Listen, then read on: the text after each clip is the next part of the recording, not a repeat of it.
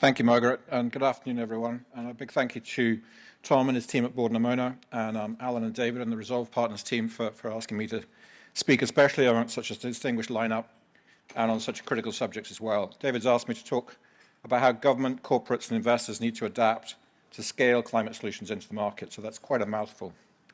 But I thought I just might recap on the thought process I've been through this afternoon. So first thought was, why on earth would you put a policy panel on straight after lunch? And then the panel started and I thought, oh, wow, this is a brilliant panel. And then about 10, 15 minutes and it was like, dear Lord, I've got to follow this now, and I'm stuffed. So we're into the money part of the day, as Margaret said, and we'll try and match and follow on from what's gone before. In simple terms, the Ireland Strategic Investment Fund, or ISIF as we call it, and that's an F, not an S, is Ireland's $9 billion sovereign development fund. And we invest to generate a commercial return and deliver economic impact at the same time. And in doing so, we have to work with businesses and government to balance those key three things: people, planet, and I'm going to stick to profit rather than prosperity. We have a commercial mandate, and so I'll get fired if I don't. And I was very relieved to see when Tom talked about going from red to green as opposed to just orange to green or brown to green. So ISIF's been around about 7 years. It's been a successful first 7 years, and through the hard work of a very talented team, it's proven its ability to make commercial investments with a wide range of positive economic impacts across housing, indigenous business finance, fast-growing domestic and FDI companies, renewable energy and agriculture. And it's also generated a good return on investment. I'm delighted that my colleague from ISIF, Paul Saunders, who leads up climate investing activities, is also here today. And I have to admit, while neither of us sound particularly Irish, we do practice that key ISIF skill, where we speak softly and carry a very big checkbook. We also have Emma Jane Joyce here today, who's the Sustainability Manager for the National Treasury Management Agency, our parent body. Emma Jane was also with the ISIF team for a long time, and is really one of Ireland's foremost experts on sustainable and responsible investing. So if you've got any burning questions on that issue, seek her out. We've heard a lot today about the challenges we face and what's needed. So it might surprise you to hear me saying that Ireland is in a much better condition right now than it often gets credit for. I do feel strongly that so much of what we all want Ireland to be is already in place, even while we face some very real challenges. And I routinely hear from investors based in all parts of the globe that, all things considered, Ireland is an exceptional place to invest, to create jobs, to build a business, and even more important, to live. This does give us an advantage as we go through the climate transition, but it's something we have to keep shouting about, as we're small and easily forgotten as a country. One of the big questions that a sovereign development fund like ISIF has to think about every day and in making every decision is, how do we play an active role in helping Ireland meet its greatest strategic challenges?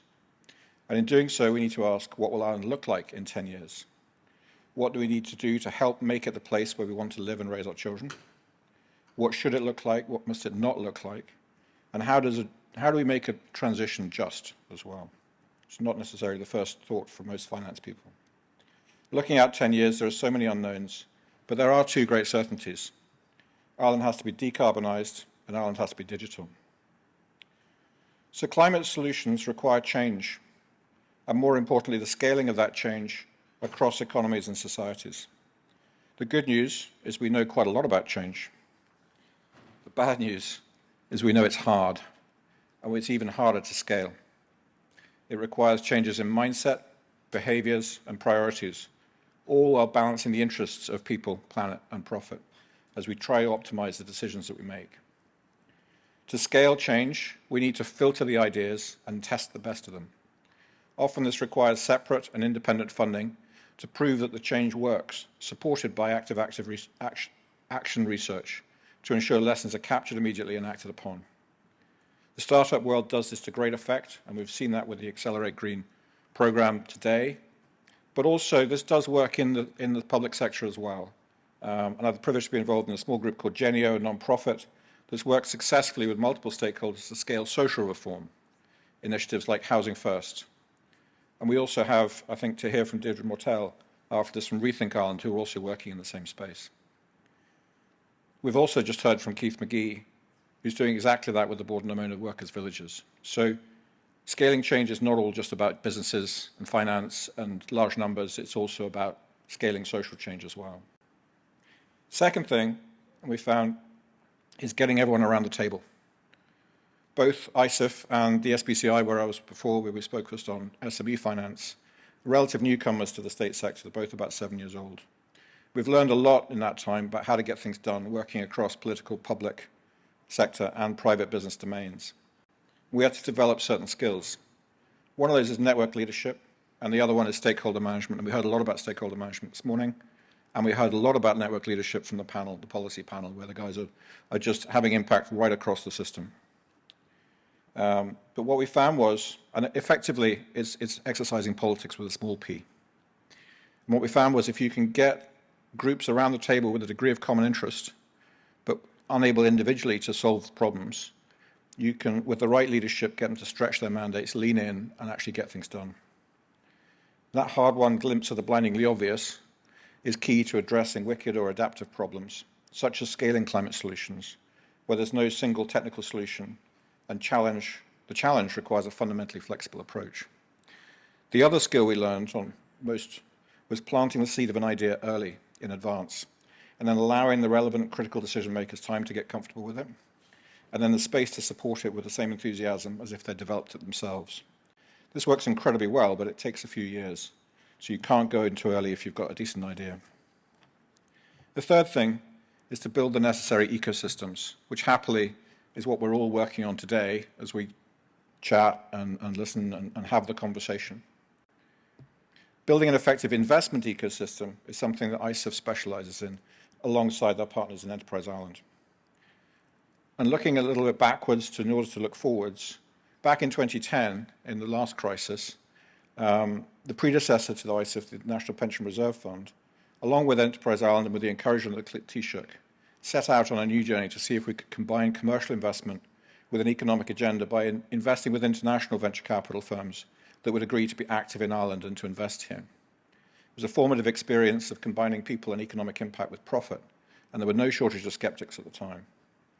The Innovation Fund Ireland was a successful €250 million effort to properly internationalise the Irish tech and life science funding market. And today, almost all VC funds here include international VCs, and the availability of smart capital for tech and life sciences in the Irish market is far beyond what we would have dreamt for back in 2010.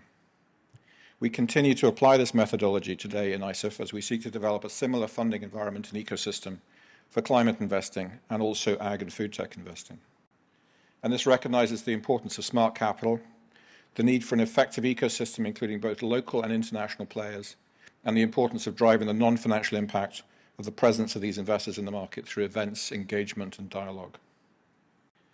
There are numerous parts of the state, from agencies to department, that need to play a role in scaling climate solutions, and we've heard from so many of them today. And while they all have promotional or political mandates in many cases, a key advantage is that right across the public sector in Ireland and the semi-states, there's a strong element of commercial ethos or experience in working with the private sector.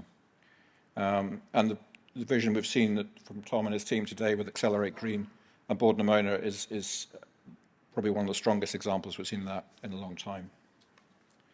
So what's ISIF's role in all of this? First step for us is to recognise that we're a sovereign development fund, and that to take the long-term approach that this enables. We are able to think of investment in terms of up to 25 years, which is very unusual in the financial markets.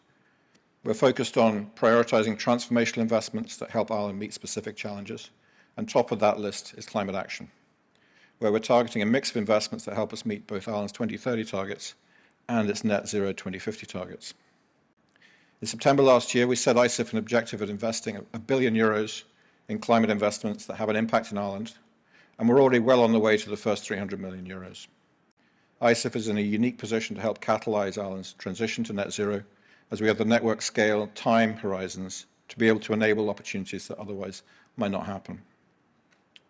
A good example of this is our recent investment with Just Climate, a new fund created by Generation Investment Management, a firm founded by Al Gore back in the early 2000s. They've been a long-standing partner of the MPRF and ISIF over that time. And Just Climate is a large-scale new fund that's going to invest in the groundbreaking new technologies and the development of new sectors, whether it's green hydrogen production, green steel production, new forms of energy storage. And it's a large-scale initiative. ISIF is a cornerstone investor alongside Microsoft in that platform. And by doing that, we will bring that fund into Ireland to look for testbed opportunities, to work with the community here to develop whole new ways of addressing climate solutions.